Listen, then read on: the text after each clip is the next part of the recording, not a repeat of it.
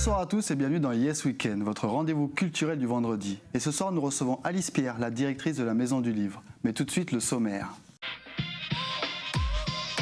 La nouvelle est tombée comme un coup de massue dans les Nouvelles-Calédoniennes, qui a annoncé il y a peu la possible fermeture de la Maison du Livre l'année prochaine. Faute de subventions, cette structure qui réunissait tous les acteurs de la filière du livre dans une seule et même association connaît aujourd'hui une mauvaise passe, qui pourrait affecter tout le secteur. La Maison du Livre survivra-t-elle à cette épreuve? C'est ce que nous verrons avec sa directrice, Alice Pierre. Mais nous sommes aussi allés à la rencontre d'un auteur calédonien, Léopold Nachipan, qui nous donnera son avis sur la question. Dans une seconde partie, Stéphanie nous fera découvrir une artiste engagée depuis plus de 50 ans dans la cause féministe. Un coup de cœur du moment de Steph, une surprise à découvrir dans cette émission.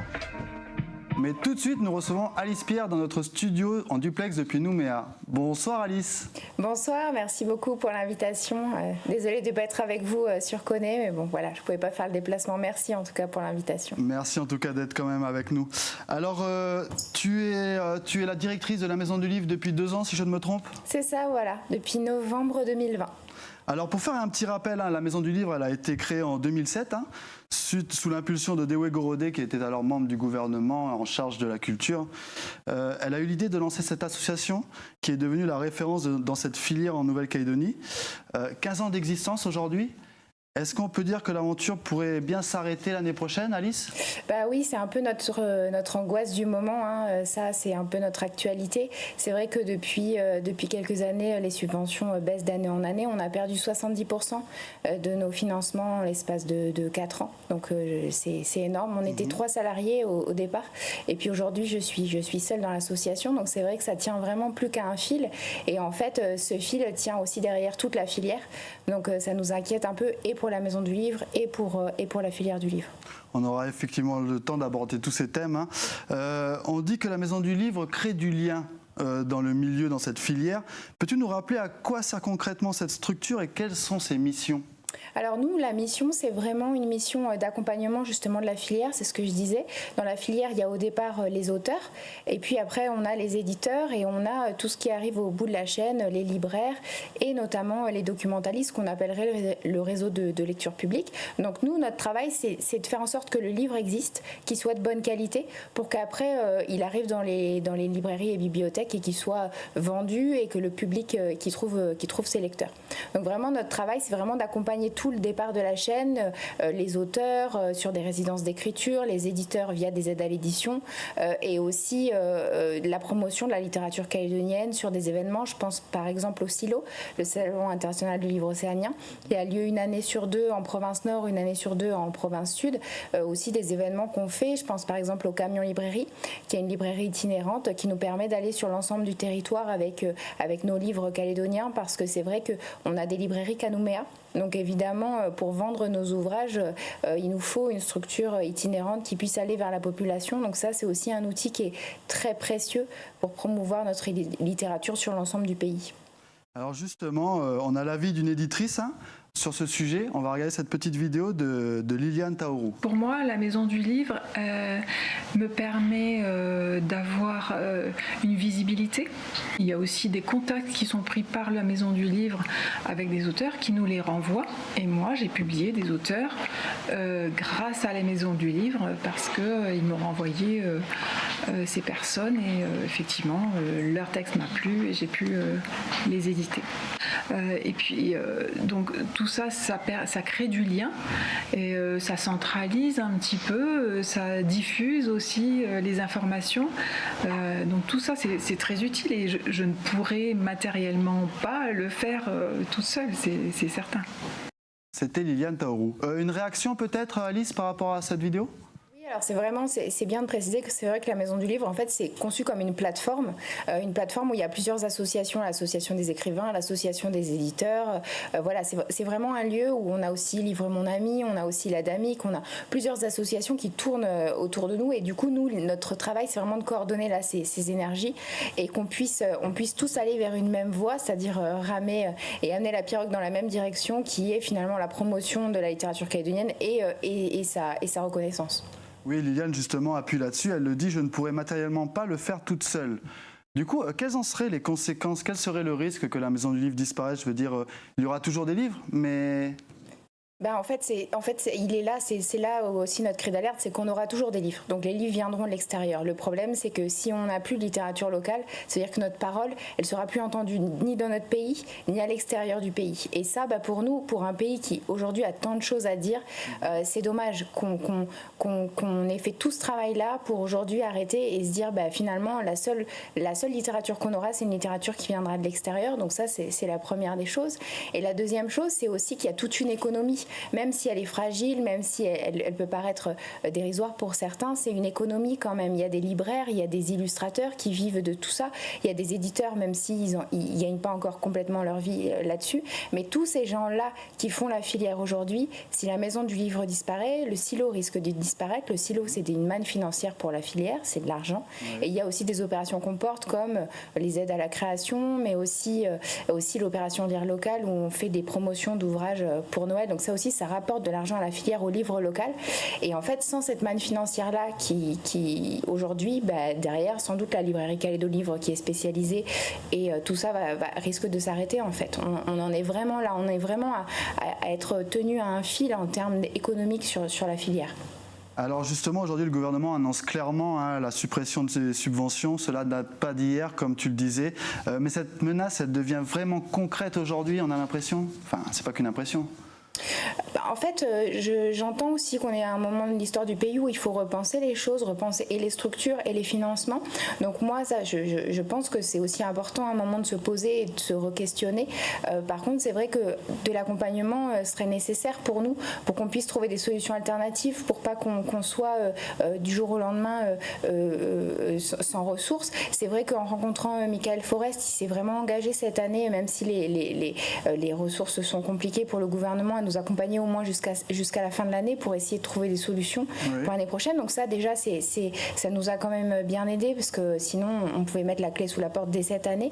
Et donc déjà il y a un engagement. Ce qui est important là sur les mois qui restent, c'est de trouver des solutions. Je pense par exemple à la ville de Dumbéa qui fait venir ses financeurs, ses entreprises privées sur la commune pour que les associations puissent présenter des projets et trouvent des mécènes. Ça pourrait être quelque chose qui pourrait être fait au niveau du gouvernement par exemple. Ça pourrait être une solution. Voilà, pour nous permettre de ne pas nous retrouver parce qu'en fait nous on ne sait pas bien faire et c'est en ça qu'on aurait besoin de l'appui des institutions pour nous accompagner dans de nouveaux modes de financement ou de nouveaux fonctionnements. Donc finalement aujourd'hui, ok, il y a les financements, mais il y a aussi la question de l'accompagnement à des structures comme les nôtres qui risquent de disparaître, qui ont des tout petits fonctionnements. Ouais. Finalement, il n'y a qu'un salaire. Aujourd'hui, on n'a pas de loyer, on n'a pas de véhicule. Donc, c'est vraiment des tout petits fonctionnements. Donc, c'est dommage de s'en priver aujourd'hui. Eh bien, justement, je te propose d'écouter Michael Forest. Il était au micro d'Océane Dacunia dans notre journal de mardi soir. Il est membre du gouvernement en charge de la culture. On l'écoute tout de suite. L'objet, c'est que le développement culturel, c'est aussi et surtout la compétence des provinces. Donc il faudrait peut-être aussi que la Maison du Livre se tourne vers les trois provinces. Mais nous, on a surtout actionné un travail de mutualisation au niveau des différents établissements publics. Donc que ce soit Bernheim, le Conservatoire, la DCK, la LK par exemple, mais aussi l'INCP pour le secteur archéologique. Donc encore une fois, il n'y a pas de sujet tabou. Une redéfinition, pourquoi pas, des missions de la Maison du Livre. Alors, il dit le développement culturel, c'est aussi et surtout la compétence des provinces. Il faut se tourner vers les provinces. Est-ce que vous avez étudié justement ce cas de figure ? Alors, on a déjà des financements, notamment de la province sud. On a aussi des financements de l'État. Le gouvernement n'est pas seul financeur. Aujourd'hui, c'est le gouvernement qui paye quasiment tout notre fonctionnement. Mais ce sont déjà des partenaires qu'on a dans notre conseil d'administration et qu'on a aussi financièrement. Donc, évidemment, l'idée là, aujourd'hui, c'est de se mettre autour d'une table et de voir comment, avec les autres financeurs, on peut trouver des solutions pour pas que tout ça disparaisse. Donc, voilà, c'est des discussions qui vont avoir lieu. J'entends aussi cette question de redéfinition institutionnelle qui, finalement, et politique nous touche, nous, à cœur, mais il nous faut trouver des solutions rapidement malgré ces contraintes qui sont politiques et économiques. La culture, du coup, est-elle encore et toujours la dernière roue du carrosse, Alice ? Moi, je vois pas vraiment ça comme ça. Je pense pas que ce soit ça. Je pense qu'il faut quand même comprendre qu'il y a beaucoup de contraintes financières dans le pays. Je crois pas que la santé soit particulièrement bien menée en ce moment, ni même l'éducation. Je pense qu'on est tous dans une situation contrainte.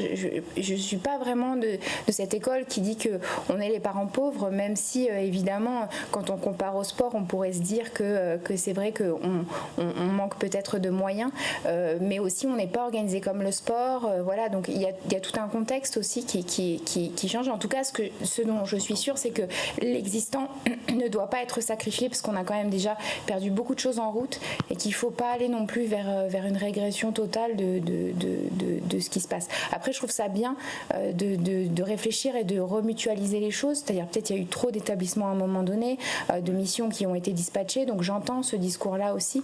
Et je pense que se mettre autour d'une table et réfléchir aux missions, c'est vraiment quelque chose qui nous attend et qui est salutaire. Comment a évolué votre budget ces dernières années? On parlait de 9 millions il y a quelque temps? Alors, ce que je disais, c'est qu'on a à peu près perdu 70% du budget. Essentiellement, on avait un gros budget pour le SILO, le Salon international du livre océanien, qui a considérablement baissé.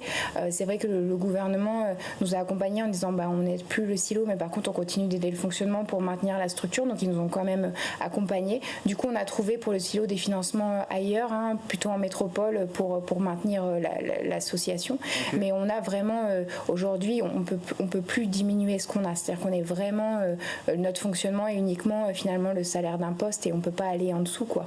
Justement, le SILO, c'était vraiment l'événement phare de votre association. Est-ce qu'on n'est pas en train de distendre le lien social ? Nous, on pense que si. On pense que s'il n'y a pas cet événement littéraire qui à la fois touche les scolaires, le grand public, les auteurs, les éditeurs, et qui aussi avait quand même vocation à toucher le Pacifique, à un moment donné, c'est ce que je disais, c'est toute la filière en fait qui va être mise en question parce qu'il n'y aura plus de vitrine. Et une vitrine pour une filière comme celle-là, c'est essentiel. Il y a des ventes, il y a des sorties, il y a des éditeurs qui misent sur ce moment phare. Et donc, si on n'a plus le SILO, on ne peut pas imaginer que la filière continue telle qu'elle est. C'est juste pas possible. Ce n'est pas envisageable. Ouais. Justement, on se demandait qu'en pensent les auteurs. Ils sont aussi directement concernés. Écoute, je te propose qu'on regarde cette vidéo. Nous sommes allés voir Léopold Nachipan à Thiéta et on regarde tout de suite cette petite vidéo. Suite à l'annonce dans les médias de la probable fermeture de la Maison du Livre, nous sommes allés à la rencontre de Léopold Nachipan. C'est l'un des auteurs que cette association accompagne depuis sa création. Et notre écrivain a justement sorti son dernier livre l'année dernière. C'est le dernier ouvrage, Quand la coutume bombarde.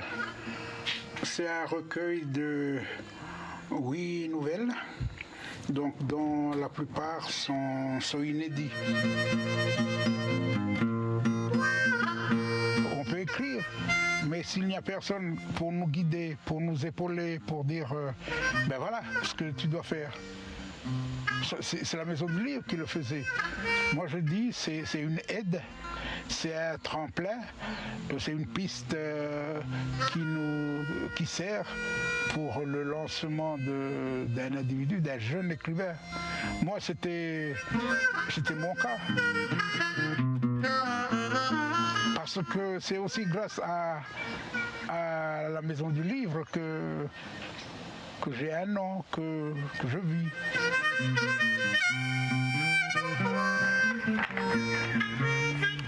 Dire nous, Kanak, à travers la Maison du Livre, on a été mis sur le même pied d'égalité que les autres. Et moi, j'avais aussi senti cette aide. Je veux dire, sans ces structures-là, on a beau être un bon auteur, mais on va rester avec notre méliorité, ou je ne sais pas comment on va dire ça, chez nous.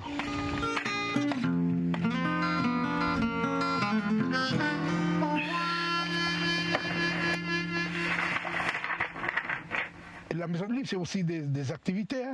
C'est comme quand Ima Sango a proposé la lecture à haute voix. Il faut relancer ces activités-là. J'ai aussi profité de du Salon du Livre et puis de la Maison du Livre, par le fait que j'ai bénéficié des voyages en allant au Salon du Livre de Paris. Je suis allé et je n'étais pas le seul. C'est cet accompagnement-là qui m'a permis de voyager. Donc la Maison du Livre, c'est aussi une fenêtre qui est ouverte sur le monde. On a aussi besoin de la littérature, comme on a besoin de manger, comme on a besoin de boire. C'est des choses qu'il ne faut pas laisser de côté, comme le sport, je pense, comme la musique.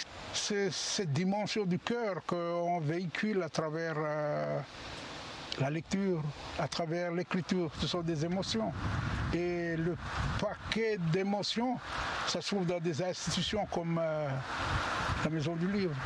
Et moi, personnellement, je souhaite longue vie à cette institution-là.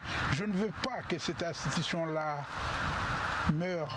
Et voilà le témoignage de Léopold Nachipane. Une réaction, Alice ? C'est vachement touchant. Il a les mots pour en parler ? Oui, c'est très touchant parce qu'on est dans la tourmente en ce moment. Et c'est pas évident. Vous trouvez que cela reflète bien l'état d'esprit des auteurs au pays, peut-être ? Oui, après, je pense qu'on pourrait faire encore mieux que ce qu'on fait, c'est-à-dire qu'il ne s'agit pas d'être parfait. Je pense que ça a le mérite d'exister. Je pense que ce que dit Léopold, il y a des choses très importantes sur ce qu'il dit sur l'export. Ça fait quand même avec le Covid et puis maintenant la crise financière où on peut plus envoyer nos auteurs à l'extérieur, et ça, je pense que c'est fondamental. Je pense que Léopold le dit très bien, mais il y a plein d'auteurs aussi qui ont bénéficié de ça et c'est une vraie porte ouverte. C'est une porte ouverte et c'est une vitrine pour la Calédonie. Et ça, il faut surtout pas l'oublier. C'est tout un travail aussi. C'est ça qui est compliqué aussi de défendre en termes de bilan. C'est tout un travail qui est pas forcément visible. Peut-être qu'on a manqué d'éléments factuels et c'est ça qui est compliqué dans la culture. C'est pour un peu revenir à votre question précédente sur comment est-ce qu'on est le parent pauvre. Je pense aussi qu'on manque d'arguments parce que ces arguments-là, on manque de détails factuels. C'est difficile de comprendre comment ça a touché un individu, comment ça vient changer la société calédonienne dans son ensemble. Donc c'est compliqué pour nous d'expliquer ça. Et c'est vrai que finalement presque c'est les auteurs ou c'est les bénéficiaires qui en parlent le mieux parce que c'est des choses qui sont aussi visibles sur le long terme. Voilà, on peut pas mener une politique culturelle en 2 ans, en 1 an. La Maison du Livre, ça a 13 ans. Il y a des choses qui émergent, il y a des choses qui ont émergé de tout ça. Et ce que disait Léopold, c'est qu'aujourd'hui, s'il n'y a plus la Maison du Livre qui finalement coordonne tout ça, on risque de perdre et des auteurs et des compétences. Il y aura toujours des écritures, mais elles viendront d'ailleurs. Effectivement. Alice, je te propose qu'on fasse une petite pause. On va passer à la chronique de Steph. C'est le moment de Steph et c'est tout de suite sur Calédonia. Stéphanie. Bonsoir Mathieu, bonsoir Alice. Bonsoir. Et bonsoir à vous à la maison. Alors ce soir, j'ai décidé de vous parler d'une artiste que j'aime beaucoup, de par son engagement pour la cause féminine, mais aussi pour son excentricité. Elle s'appelle Orlane. C'est l'une des plus grandes artistes françaises contemporaines. Elle bouscule les codes de la société, les codes de l'art, et elle a fait de son corps le matériau de son travail. Donc elle expose actuellement justement au musée Picasso à Paris, dans le cadre d'un travail de réflexion sur la place des femmes dans l'œuvre du plus célèbre artiste peintre du XXe siècle, donc Pablo Picasso. Alors dans son exposition « Les femmes qui pleurent sont en colère », Orlane présente 2 séries de collages numériques réalisés à partir donc des œuvres de Pablo Picasso qui représentent des figures féminines qui sont entre autres que bien sûr les compagnes, parce qu'il a eu de nombreuses compagnes, Pablo Picasso, donc il y a eu Jacqueline Roux ou encore Dora Maar qui est souvent représentée en pleurs dans les toiles de cet artiste. Donc pour Orlane, il faut savoir que les peintures de Picasso ne sont que le reflet de la violence qu'avait l'artiste espagnol envers donc ses nombreuses compagnes, parce que c'est une notoriété publique que l'artiste espagnol à l'époque, il aurait commis plusieurs actes de violence conjugale. Donc Orlane, à travers ses œuvres, elle essaye vraiment à sa sauce de revoir un peu les œuvres de Picasso. Donc, et le moins que l'on puisse dire, c'est que c'est assez violent, je dirais, ces collages, puisque voilà, on a une bouche qui semble hurler, des yeux qui semblent sortir de leurs orbites. une main qui tient un mouchoir. En fait, elle arrive vraiment à s'immiscer, je dirais, dans l'œuvre de Picasso, puisqu'il s'agit d'images de son propre corps. Ce sont ses propres yeux, sa main, sa bouche. Et en fait, elle parlait d'hybridation, parce qu'elle a voulu faire en fait de ses œuvres où les femmes subissent, sortent de l'ombre et arrêtent de subir en fait, qu'elles se révoltent, s'émancipent et deviennent des sujets au lieu d'être des objets. Et en fait, ça rejoint en fait le combat qu'elle mène depuis plusieurs années, hein, puisque pour elle, une femme doit être fière de son corps, doit se réapproprier son corps et ne doit pas écouter en fait les diktats imposés par la société. Et d'ailleurs, Alice, toi aussi, tu es une femme engagée, ça te parle, j'imagine. Super cette chronique, je la trouve super et en effet elle me parle énormément. Je trouve que c'est un super travail en plus esthétique réalisé et oui, c'est complètement à l'ordre du jour et je suis personnellement très engagée dans ce combat-là. Parce que tu as créé une association aussi, oui, on a créé une association qui s'appelle Matila avec mon amie Olivia Manissa-Panat et ma sœur et on travaille beaucoup aussi autour de la question du corps des femmes et leur réappropriation, leur droit d'être ce qu'elles ont envie d'être, d'être pleinement actrices de leur vie. Donc ça c'est quelque chose qui est très important pour moi. Ouais. Merci beaucoup Stéphanie. Merci. Voilà pour la chronique de Steph. Revenons à nous du coup Alice. Toi aujourd'hui tu es fonctionnaire. Si la Maison du Livre s'arrêtait, si cette aventure s'arrêtait, qu'est-ce que tu ferais ? C'est un peu en questionnement. Alors, je suis un peu de caractère pugnace, donc je me dis que ça ne va pas disparaître, qu'on essaie de faire en sorte que les choses ne disparaissent pas. Je trouverai d'autres solutions, d'autres pistes. Ça, c'est des projets personnels. Je me débrouillerai. Mais j'ai pas encore fait le deuil de ça. Je pense qu'il faut qu'on s'accroche, il faut qu'on tienne. Après, ce sera moi, ce sera quelqu'un d'autre. C'est pas vraiment ça l'important. C'est pas une question de personne. C'est aussi une question de combat, d'engagement, de défendre cette filière. Je suis aussi touchée que Léopold comprenne que c'est pas une question de nord, de sud, d'île. On fait le silo à Point-d'Imier, on fait le silo à Lifou. Je pense qu'on essaie d'aider tous les auteurs. Alors c'est vrai que c'est plus difficile pour nous d'être sur le terrain dans le nord et dans les îles parce que je suis toute seule, donc voilà.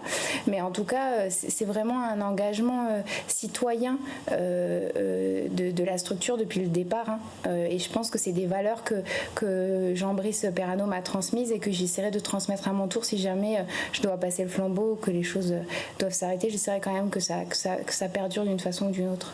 Effectivement, oui, il faut que ça perdure. Il y a aussi une question qu'on n'a pas abordée, c'est celle de la TGC, la taxe générale sur la consommation, qui pourrait s'appliquer aux livres très bientôt ? Oui, alors la TGC, c'est une taxe qui va s'appliquer. En fait, il n'y aura plus d'exonération de ce qu'on a compris. Aujourd'hui, le livre est exonéré, donc ça sous-entend que le livre devrait être taxé dans cette prochaine réforme fiscale. Donc on est très inquiet. On a lancé une pétition pour mobiliser. On est en train de rédiger un courrier collectif pour pouvoir être reçu et entendu sur le maintien de cette exonération de la TGC. Parce qu'encore une fois, c'est ce que j'explique, c'est-à-dire que pouvoir acheter sur Amazon ou sur des plateformes sera sans taxe. Et en fait, aller dans nos librairies locales sera taxé. Donc en fait, on est en train, à travers ce système-là, de défendre en fait une industrie qui est mondiale, qui est délocalisée, donc une ubérisation de la culture. Et nous, ça, on n'a pas envie de l'accepter. Dans une filière qui en plus est très en difficulté. Aujourd'hui, le papier a pris 25%. Donc en plus de la crise sanitaire, de la crise économique, de l'augmentation du papier, la TGC viendrait complètement tuer notre marché. Donc c'est encore une fois, c'est toujours la même chose, c'est dire, nous on est des professionnels du secteur, on a la chance dans la filière du livre d'avoir plein d'associations, de représentants. Il faut nous consulter sur ce genre de projet pour qu'on puisse faire des propositions ensemble. L'idée n'est pas de ruiner la Calédonie ou d'être des enfants gâtés. L'idée est de pouvoir faire des propositions qui sont cohérentes et concrètes pour que notre filière continue d'exister. Donc oui, en effet, si on doit taxer le livre, taxons plutôt le livre sur des plateformes numériques et valorisons nos librairies locales. Alice Pierre, merci pour ces informations quant à la TGC. On va maintenant passer à la chronique L'agenda culturel parce que le temps file et que l'émission est bientôt finie. Donc on regarde ça tout de suite, l'agenda culturel. Ne loupez pas ce dimanche le festival Saramea Musique pour la Liberté qui se tiendra sur le terrain municipal de la commune de 9h à 17h. Le soleil cogne à la fenêtre, dimanche promet d'être délicieux. Vous pourrez retrouver des groupes tels que les Trois Petits Cochons, Tevita. Tu t'en es allé, la route semble soudain plus grande. Miguel et les Son Noms ainsi que le groupe du Conservatoire 442 Hz et bien d'autres encore.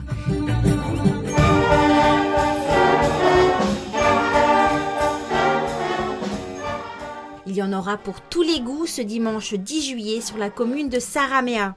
Enfin, ambiance conviviale également du côté de Ponériouin où a commencé dès aujourd'hui la première édition de la journée de la fleur et des plantes. Vous pourrez également découvrir le savoir-faire des producteurs de la région et vous restaurer sur place. Une journée de partage qui se tiendra jusqu'à demain de 8h à 17h. Revenons à nous maintenant, Alice Pierre.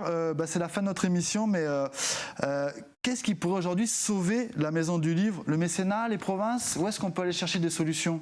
Oui, c'est ça. Il y a plusieurs pistes. Il y a évidemment le mécénat, peut-être les provinces, si elles souhaitent se repositionner. C'est une discussion qu'il faut qu'on ait sur le fond. Peut-être aussi des aides venant de l'Europe, de la métropole, qui peuvent être aussi intéressantes, parce qu'il y a toute une organisation autour du livre en métropole, avec la Fédération interrégionale du livre, le CNL, etc. Donc ça, c'est des crédits qu'on peut essayer de mobiliser. Mais voilà, c'est encore une fois, c'est qu'il nous faut du temps et il nous faut pouvoir discuter. On pourrait aller chercher des subventions en Europe, en métropole. Bon, c'est une très bonne nouvelle. Ouais. Que peut-on faire, nous, pour aider en tant que citoyen la Maison du Livre aujourd'hui ? Alors, il y a plusieurs choses. Déjà, je pense qu'il faudra venir au silo, les 1er et 2 octobre qui sera lieu au Crépac. Il y a une deuxième chose aussi, c'est qu'on voudrait pouvoir organiser le silo à Lifou. Donc, j'ai fait une demande à la province des îles. Donc, j'appelle la province des îles à pouvoir nous aider. On a fait une toute petite demande de subvention, mais pour qu'on puisse faire à Lifou, parce qu'il y a une grosse attente à Lifou, des scolaires, de la médiathèque pour que ça puisse être maintenu. Donc, ça, c'est aussi une demande. Et puis, la troisième chose, c'est d'acheter du livre calédonien. Quand on achète un livre calédonien, on fait vivre toute la filière et donc nous c'est le cœur de notre travail. Donc voilà, achetez du livre calédonien, vous avez un cadeau à faire. Il y a de la littérature jeunesse qui est super, des ouvrages historiques de grande qualité. Donc voilà, n'hésitez pas sur des cadeaux, pour si vous êtes enseignant, à prendre des ouvrages locaux plutôt que des ouvrages venant de l'extérieur. Tout ça en fait c'est des petits détails qui vont au fur et à mesure nous aider dans notre travail. Le message est lancé. Consommez calédonien, consommez local pour les livres.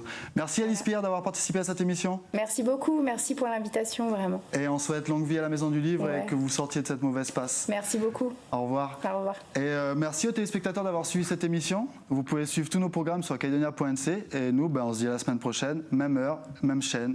Passez un bon week-end. Au revoir.